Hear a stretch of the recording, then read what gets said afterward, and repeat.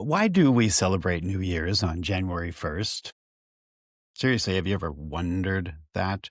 I mean, why do we transition from December 31st to January 1st at midnight? Why did that become our new year? And why January? Is there a celestial reason? The winter solstice was a little over a week ago, and the spring equinox is months away, and our new year isn't associated with any of the new moons or old moons or full moons or any other phase of the moon. So why midnight? Why not sunset or sunrise like every other culture on the planet? Well, it all goes back to the Romans. Most people make the connection back to Julius Caesar, but I'm going to show you that it really goes back much further, back to the beginnings of the Roman Empire almost 3,000 years ago, to the second king of Rome, Numa Pompilius. So I get a lot of my information here from this book, Plutarch's Lives.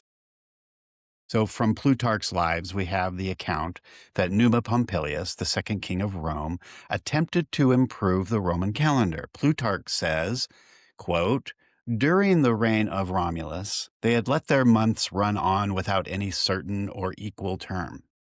Some of them contained 20 days, others 35, others more.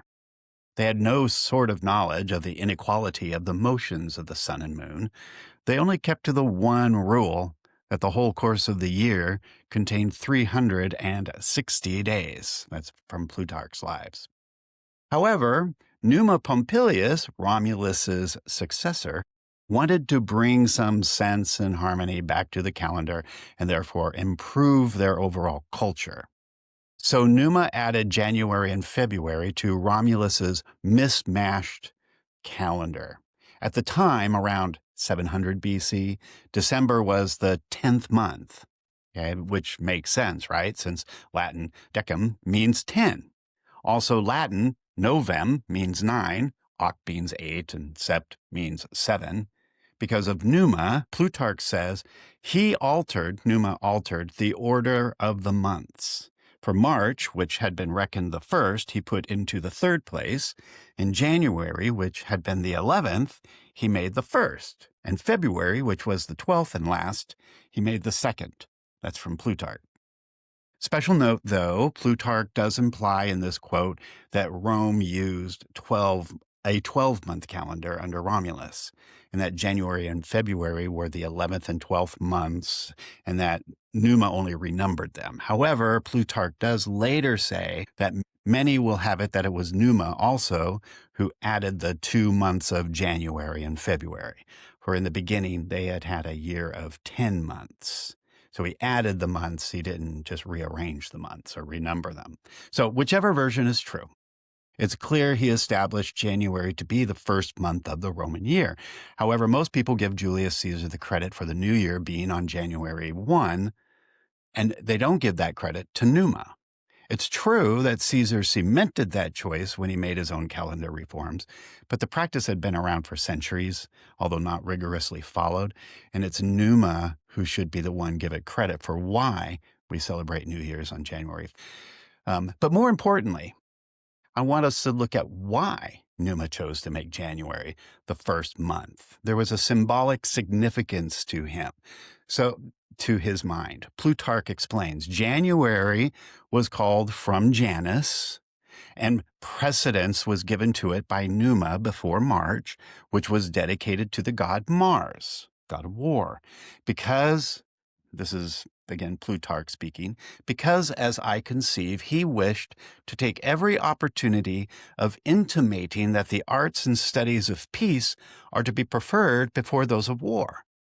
For this Janus, whether in remote antiquity he were a demigod or a king, was certainly a great lover of civil and social unity, and one who reclaimed men from brutal and savage living, for which reason they figure him with two faces to represent the two states and conditions out of the one which he brought mankind, to lead them into the other. He brought them out of a state of chaos into a state of order. His temple at Rome has two gates, which they call the gates of war, because they stand open in the time of war and shut in the times of peace. Again, Plutarch's Lives. Well, Numa, as you can tell, was a very religious, and he also strove to be a very peaceful king. He was a philosopher. He was a thinker. He enjoyed spending time in the gardens and just pondering things. He didn't want to be a king and warrior and dominate. He wanted Rome to transform into a peaceful nation after its warlike beginnings under Romulus, the first king. The god Janus is not a twin, however, but rather a single god with two faces, one facing chaos, the other facing unity, one facing war, the other peace. And under Numa, peace lasted the entirety of his 43-year reign. And that's the image, the symbolism that he wanted to bring forward into his culture, that Janus, January, is when we move from chaos to order, from the old way of savagery to the new way of peace. But that isn't to say Julius Caesar didn't have anything to do with establishing January 1 as our new year and why we celebrate it today. Caesar wanted just to simplify everything. He just wanted to simplify the calendar. So to do so, he sought assistance from an Egyptian named Sosigenes, but Caesar's reforms had more to do with making our leap year than our new year. For this purpose, this is a quote from Plutarch, for this purpose, he introduced an additional day every fourth year, making February to consist of 29 days instead of 28, and of course the whole year to consist of 366 days. Some have just suggested that Caesar made his changes as a way to exert Rome's supremacy over other cultures. May be true, and Julius Caesar and his adopted son Augustus saw Rome's calendar as a way to unify the world. They allowed conquered cultures, however, to keep their own lunisolar-based calendars, but Rome's calendar was to unite all the other cultures under that banner of one overarching supreme calendar.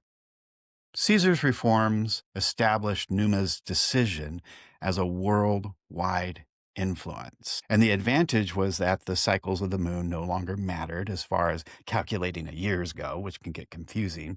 And the religious festivals would be able to shift all they wanted. Do what you want within the solar calendar, though. So instead of shifting the calendar to fit the religious festivals would shift within the template of the Roman calendar. And for example, that's why Easter is on a different date every year. But why midnight? Why not at sunrise or sunset as all the other cultures did? Well, the book Daily Life in Ancient Rome by Jerome Carcopino really helps. Essentially, the problem humanity faced was establishing a consistent reference for which hour of the day it was. If one said the first hour was when the sun rises, well, that changes a little bit every day, right? Also, how much daylight there is changes from season to season. In the summer, there's more daylight. In the winter, there are fewer hours of daylight. So it's very natural, but it is no way for an efficient worldwide bureaucracy to function. So the Romans solved the problem of organization by creating what they called a civil day, which broke the day into two easy to remember, non-changing 12-hour periods. AM is Latin for ante-meridiem, which means before midday. PM is Latin for post-meridiem, which means after midday.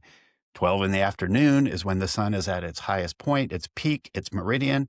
And so the civil clock became the standard way to keep track of time because its regularity was linked to the meridian of the sun, not the rising and the setting of the sun, which was irregular. That is why midnight is when one day changes to the next.